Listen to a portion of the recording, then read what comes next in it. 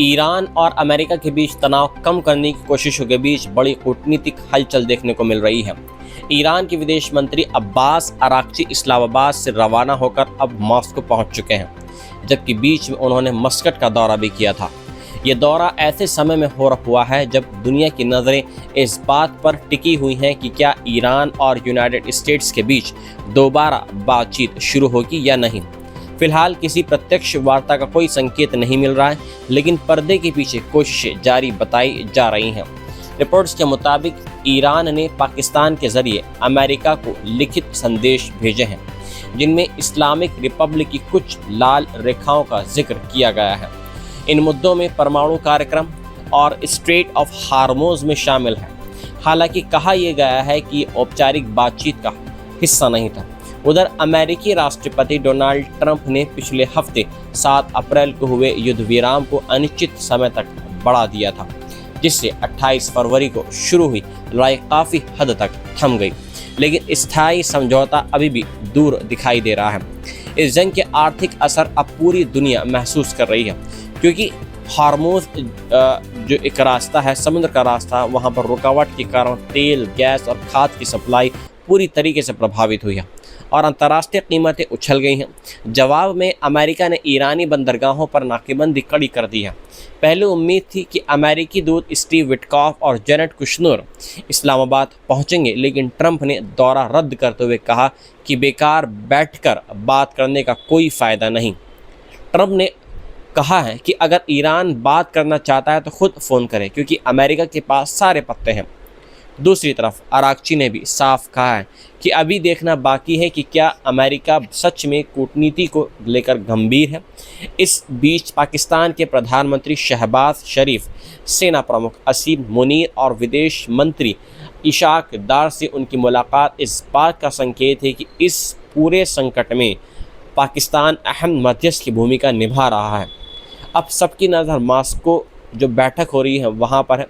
वहाँ से कोई नया फार्मूला निकलता है या दुनिया फिर बड़े टकराव की ओर बढ़ती नज़र आती है। देखते हैं आगे क्या होता है ईरान, पाकिस्तान और अमेरिका के बीच। खाड़ी क्षेत्र में बढ़ते तनाव के बीच बहरीन ने बड़ा और सख्त कदम उठाते हुए 69 लोगों की नागरिकता रद्द कर दी है। सरकार का आरोप यह है कि ये लोग ईरान के हमलों का समर्थन कर रहे थे या उनके प्रति सहानुभूति जता रहे थे और कुछ मामलों में भारी ताकतों के संपर्क में भी थे। बहरीन के गृह मंत्रालय ने साफ कहा है कि यह कार्रवाई देश की सुरक्षा और वफादारी के खिलाफ गतिविधियों के चलते की गई है। बताया गया है कि जिन लोगों की नागरिकता छीनी गई है उनमें आरोपी ही नहीं बल्कि उनके परिवार के कुछ मेंबर भी इसमें शामिल थे और सभी मूल रूप से गैर बहरीनी थे। ये फैसले प्रिंस हम्माद बिन ईसा अल खलीफा के निर्देश पर लिया गया है और इसे बहरीन के नागरिकता कानून के तहत लागू किया गया है, जिसमें देश के हितों को नुकसान पहुंचाने पर नागरिकता ख़त्म करने का प्रावधान है। दूसरी तरफ मानवाधिकार संगठन Bahrain institute for rights and democracy ने इस फैसले की कड़ी आलोचना की है और इसे ख़तरनाक कदम और दमन की शुरुआत बताया है। संगठन के एडवोकेसी डायरेक्टर सैयद अहमद अल वदई ने कहा कि ये फैसला बिना किसी कानूनी सुरक्षा और अपील के अधिकार के लागू किया गया है। रिपोर्ट्स के मुताबिक 2012 से 2019 के बीच बहरीन पहले ही करीब 990 लोगों की नागरिकता रद्द कर चुका है, लेकिन 2019 के बाद ये पहली बड़ी कार्रवाई मानी जा रही है। यह कदम ऐसे समय पर उठाया गया है जब हाल ही में ईरान ने उन खाड़ी देशों को निशाना बनाया था जहां अमेरिकी सैन्य ठिकाने मौजूद हैं, जिसके बाद पूरे क्षेत्र में तनाव और बढ़ गया। अब ये देखना अहम होगा कि इस फैसले का बहरीन की आंतरिक राजनीति और मानवाधिकार स्थिति पर क्या असर पड़ता है और क्या इससे क्षेत्रीय तनाव और तेज़ होता है। अमेरिका से एक और बड़ी अपडेट सामने आई है, जहां व्हाइट हाउस कॉरेस्पोंडेंस डिनर्स में फायरिंग करने वाले आरोपी पर अब आधिकारिक तौर पर राष्ट्रपति की हत्या की कोशिश का गंभीर आरोप लगा दिया गया है। 31 वर्षीय कॉल थॉमस एलन को सोमवार को अदालत में पेश किया गया, जहां अभियोजन पक्ष ने साफ कहा है कि उसने अमेरिकी राष्ट्रपति डोनाल्ड ट्रंप की हत्या करने की कोशिश की। ये घटना वाशिंगटन डीसी के वाशिंगटन हिल्टन होटल में आयोजित हाई प्रोफाइल डिनर के दौरान हुई थी। अदालत में पेशी के दौरान आरोपी हथकड़ी में लाया गया और उसने आरोपों पर कोई प्रतिक्रिया नहीं दी। सरकारी वकील के मुताबिक उसके पास 12 बोर, शॉटगन और 3 चाकू जैसे खतरनाक हथियार थे और वे पूरी तैयारी के साथ होटल में आया था। जज ने उसे फ़िलहाल हिरासत में रखने का आदेश दिया है और अगर वह दोषी साबित होता है तो उसे उम्र कैद तक की सज़ा हो सकती है। आरोपी पर अवैध रूप से हथियार ले जाने और हिंसक अपराध के दौरान फायरिंग करने जैसे अतिरिक्त आरोप भी लगाए गए हैं। जांच में ये भी सामने आया है कि उसने अपने परिवार को ईमेल भेजकर खुद को फ्रेंडली फेडरल असैसिन बताया था और ट्रंप प्रशासन के वरिष्ठ अधिकारियों को निशाना बनाने की बात लिखी थी। रिपोर्ट्स के मुताबिक वह 6 अप्रैल को होटल में रुका था और कैलिफोर्निया से ट्रेन के जरिए वॉशिंगटन पहुंचा था।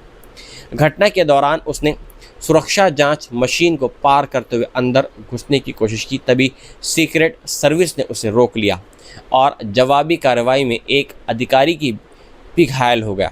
हालांकि उसने बुलेट प्रूफ जैकेट पहन रखी थी जिससे उसकी जान बच गई। इस घटना के बाद अमेरिका में राजनीतिक हिंसा को लेकर चिंता और ज़्यादा बढ़ गई है, क्योंकि हाल के वर्षों में इस तरह की घटनाएं लगातार सामने आ रही हैं। अधिकारियों का कहना है कि ये मामला सिर्फ एक व्यक्ति तक सीमित नहीं है या उसके पीछे कोई बड़ा नेटवर्क हो सकता है। इसकी जांच अभी भी जारी है, लेकिन इतना ज़रूर तय है कि इस हमले ने अमेरिका की सुरक्षा व्यवस्था और राष्ट्रपति की सुरक्षा को लेकर फिर से बड़े सवाल खड़े कर दिए हैं। अमेरिका में हाल ही में हुए गोलीबारी की घटना के बाद व्हाइट हाउस ने राष्ट्रपति की सुरक्षा को लेकर बड़ा रिव्यू शुरू कर दिया है। व्हाइट हाउस ने कहा है कि शनिवार को वाशिंगटन डीसी के होटल में हुए हमलों के बाद अब सुरक्षा प्रोटोकॉल की दोबारा जाँच की जा रही है, जहाँ राष्ट्रपति डोनाल्ड ट्रंप और कई बड़े अधिकारी मौजूद थे। ये पिछले 2 साल में ट्रंप को निशाना बनाने की तीसरी बड़ी घटना मानी जा रही है, जिससे अमेरिकी सुरक्षा एजेंसी पर दबाव और ज़्यादा बढ़ गया है। White House chief of staff Susie Wiles इस हफ्ते सीक्रेट सर्विसेज और डिपार्टमेंट ऑफ होमलैंड सिक्योरिटी के अधिकारियों के साथ बैठक करेंगी, जिसमें बड़े कार्यक्रमों के दौरान सुरक्षा व्यवस्था को और मजबूत करने पर चर्चा होगी। प्रेस सचिव कैरोलिन लेविट ने कहा है कि सुरक्षा में सुधार के लिए हर संभव कदम पर विचार किया जा रहा है और ये मान लेना सही नहीं है कि सब कुछ पहले से ही परफेक्ट है। एक अहम मुद्दा ये भी है कि क्या राष्ट्रपति और उपराष्ट्रपति को एक ही कार्यक्रम में शामिल होना चाहिए या नहीं, क्योंकि इससे सुरक्षा जोखिम बढ़ सकती है। जानकारी के मुताबिक हाल ही के कार्यक्रम में उपराष्ट्रपति जेडी वेंस भी मौजूद थे, लेकिन डिज़ाइनेटेड सर्वाइवर की ज़रूरत नहीं समझी गई। इस बीच अधिकारियों का मानना है कि हमले का निशाना ट्रंप और उनके प्रशासन के बड़े नेता हो सकते थे। याद रहे कि 2024 में पेंसिल्वेनिया की रैली में ट्रंप के कान को छूते हुए गोली निकली थी और कुछ महीनों के बाद फ्लोरिडा में उनके गोल्फ कोर्स के पास एक और हमलावर पकड़ा गया था। इन घटनाओं के बाद से ट्रंप की सुरक्षा पहले ही काफ़ी सख्त कर दी गई थी, यहाँ तक कि उनके आउटडोर भाषणों में बुलेट प्रूफ ग्लास का इस्तेमाल किया जाता है। अब नई घटना के बाद फिर से सुरक्षा रणनीति पर बड़ा सवाल खड़ा हो चुका है।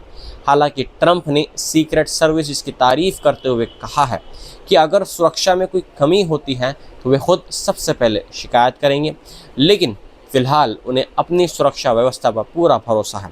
आने वाले समय में अमेरिका के 250वें स्वतंत्रता समारोह और फुटबॉल वर्ल्ड कप जैसे बड़े आयोजनों के चलते ये सुरक्षा समीक्षा और भी अहम मानी जा रही है, क्योंकि इन इवेंट्स में ट्रंप की मौजूदगी तय मानी जा रही है। इजराइल की सियासत में बड़ा भूचाल आ गया है, क्योंकि प्रधानमंत्री बेंजामिन नेतन्याहू के 2 सबसे बड़े राजनीतिक विरोधियों ने हाथ मिला लिया है और अब इस साल होने वाले आम चुनावों में उनकी सरकार को हटाने की खुली तैयारी अब शुरू हो गई है। पूर्व प्रधानमंत्री नफ्ताली बेनेट और यार लैपिड ने अपनी पार्टी के विलय का ऐलान करते हुए कहा है कि वे एक साथ चुनाव लड़ेंगे। नई पार्टी का नाम टुगेदर रखा गया है और इसकी कमान बेनेट संभालेंगे। दोनों नेताओं ने संयुक्त बयान में कहा है कि देश को मौजूदा नेतृत्व से बाहर निकालना बहुत ज़रूरी है और अब विपक्ष की अंदरूनी लड़ाइयों को ख़त्म करके एकजुट होकर चुनाव जीतना मकसद है। बेनेट ने कहा है कि अगर उनकी सरकार बनी तो 7 अक्टूबर 2023 के हमले से पहले हुई सुरक्षा नाकामियों की राष्ट्रीय जांच कराई जाएगी, जबकि नेतन्याहू सरकार अब तक ऐसी जांच से बचती रही है। लैपिड ने बेनेट को ईमानदार दक्षिणपंथी नेता बताते हुए कहा है कि दोनों के बीच भरोसा है और यही भरोसा अब इजराइल की राजनीति बदल सकता है। याद रहे कि यही दोनों नेता पहले भी 2021 में साथ आए थे और तब नेतन्याहू के लगातार 12 साल लंबे शासन को ख़त्म कर दिया गया था, लेकिन उनकी गठबंधन सरकार सिर्फ 18 महीने चल सकी थी।